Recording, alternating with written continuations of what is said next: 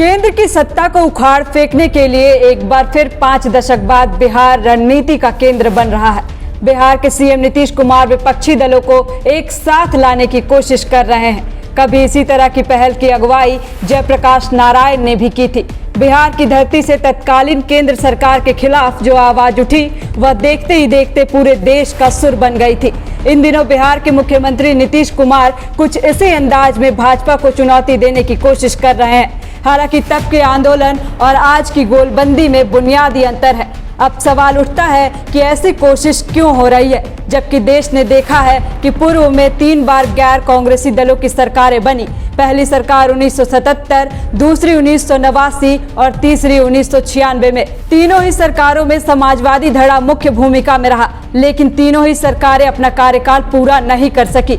नीतीश के बुलावे पर 12 तारीख को पटना में क्षेत्रीय दलों के नेताओं का जुटान होना है। इसको लेकर बयानबाजी भी हो रही है, लेकिन हर दल की निगाह पटना पर ही टिकी है। गैर भाजपा गठबंधन में अब तक अपनी सबसे बड़ी भूमिका देख रही कांग्रेस भी फूंक फूंक कर कदम रख रही है। राहुल गांधी ने नीतीश कुमार को जिस तरह तवज्जो दी, उससे माना जा रहा है कि वह अपने लिए खुद तय किए हुए स्पेस में कटौती कर रहे हैं। इसमें कांग्रेस उन अरविंद केजरीवाल का भी साथ लेने से नहीं हिचक रही, जिनका पूरा भ्रष्टाचार विरोधी अभियान कांग्रेस के खिलाफ रहा।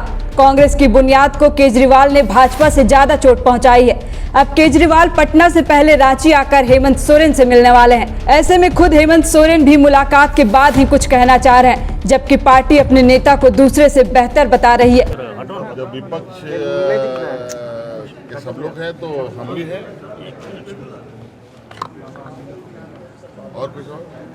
सर, केजरीवाल जी भी आ रहे हैं आपसे मुलाकात करने, कोई खास वजह? आएंगे तब बताएंगे। और कोई भी कवायद पूरी नहीं होगी बगैर माननीय मुख्यमंत्री हेमंत जी के। सर्वाधिक लोकप्रिय मुख्यमंत्री, युवा मुख्यमंत्री और मजबूती से लड़ने वाले। लगता है विपक्षी दल भाजपा को मात देने के लिए अपनी छोटी मोटी दुश्मनी को ताक पर रखने की तैयारी हर दल कर रहा है। भाजपा पर टेढ़ी नजर रखने वाले इन विपक्षी दलों को लगता है कि नीतीश कुमार ही उसे चुनौती दे सकते हैं। वजह यह है कि उन पर परिवारवाद का आरोप नहीं है, भ्रष्टाचार का भी कोई दाग नहीं है। हालांकि अपनी इन विशेषताओं की वजह से नीतीश कुमार विपक्षी राजनीति का बड़ा चेहरा हो सकते हैं, लेकिन अब उनका प्रभाव मंडल छीज चुका है। भाजपा इसलिए केजरीवाल के साथ साथ नीतीश पर तंज कसती है। सरकार के जब 10 बरस हो गया है तो अभी बदलाव परिवर्तन के मूड में जनता रहती है। अब पलटू बाबू के बारे में देश जान चुकी है, कभी कहाँ उलटेंगे कहाँ पलटेंगे राजनीतिक क्षेत्र में वो वही जान सकते हैं। अरे वह प्रासंगिक नेता है, उनके 2 मंत्री जेल में है। अब वो कोई नेता है क्या? वो भ्रष्टाचार के प्रतीक हैं। अब वो आएंगे तो क्या कर लेंगे? यहाँ हेमंत सोरेन जी से मिलेंगे, दोनों बात करेंगे कि शराब घोटाला मेरे प्रदेश में भी हुआ, आपके प्रदेश में हुआ, कितनी अच्छी समानता है हम लोग के प्रदेश में। नीतीश कुमार के प्रभाव मंडल का असर तेजस्वी यादव, ममता बनर्जी और अखिलेश यादव के साथ भी पड़ेगा, क्योंकि तीनों पर परिवारवाद और भ्रष्टाचार के आरोप हैं। कोई कारण नहीं है कि भाजपा इन मुद्दों को मौका मिलने पर नहीं उछालेगी।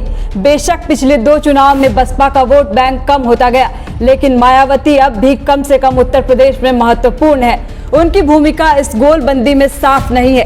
तेलंगाना के चंद्रशेखर राव खुद को भावी प्रधानमंत्री के रूप में देख रहे हैं। ओडिशा के नवीन पटनायक ने अभी तक नीतीश कुमार के नेतृत्व को स्वीकार करने का कोई संकेत नहीं दिया है। कांग्रेस का रुख भी अभी तक साफ नहीं है कि वह उन्हें अपने नेता के तौर पर स्वीकार करेगी या नहीं।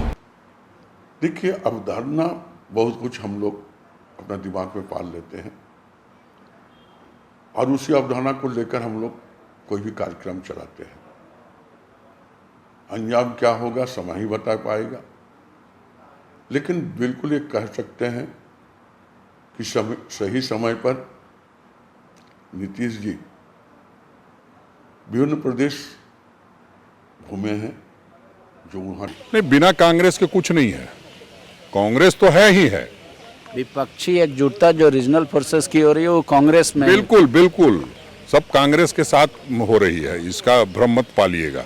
लोकतंत्र में सत्ता पाने का सपना देखने का हक सबको है, लेकिन ऐसे लोगों को समझना होगा कि अब मतदाता का मिजाज बदल चुका है। वह सपने देखने वालों के अतीत को खंगालता है, भावी नजरिए की पड़ताल करता है और तब मतदान केंद्र में जाकर मत डालता है। कहना कठिन है कि इस बार क्या होगा, लेकिन यदि विपक्षी दल वास्तव में भाजपा के विरुद्ध कोई ठोस विकल्प खड़ा करना चाहते हैं तो सबसे पहले उन्हें यह स्पष्ट करना होगा कि उनकी एकजुटता का उद्देश्य क्या है।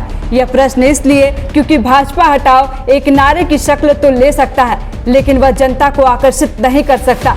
जनता को आकर्षित कर सकता है ऐसा कोई एजेंडा जो यह रेखांकित करता हो कि विपक्षी दल आपस में मिलकर देश को क्या दिशा देना चाहते हैं और वे यह काम कैसे करेंगे। बायोम जो है मेडिकल प्रिपरेशन का एकमात्र संस्थान, जहां है complete digital classrooms, video lectures, student tracking system, library facility and 100% result oriented rankers batch. Biome Hinoo एवं नगरा टोली, Ranchi.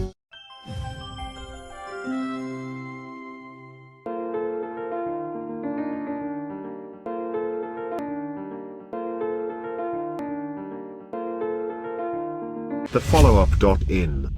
Like, share, and subscribe. www.thefollowup.in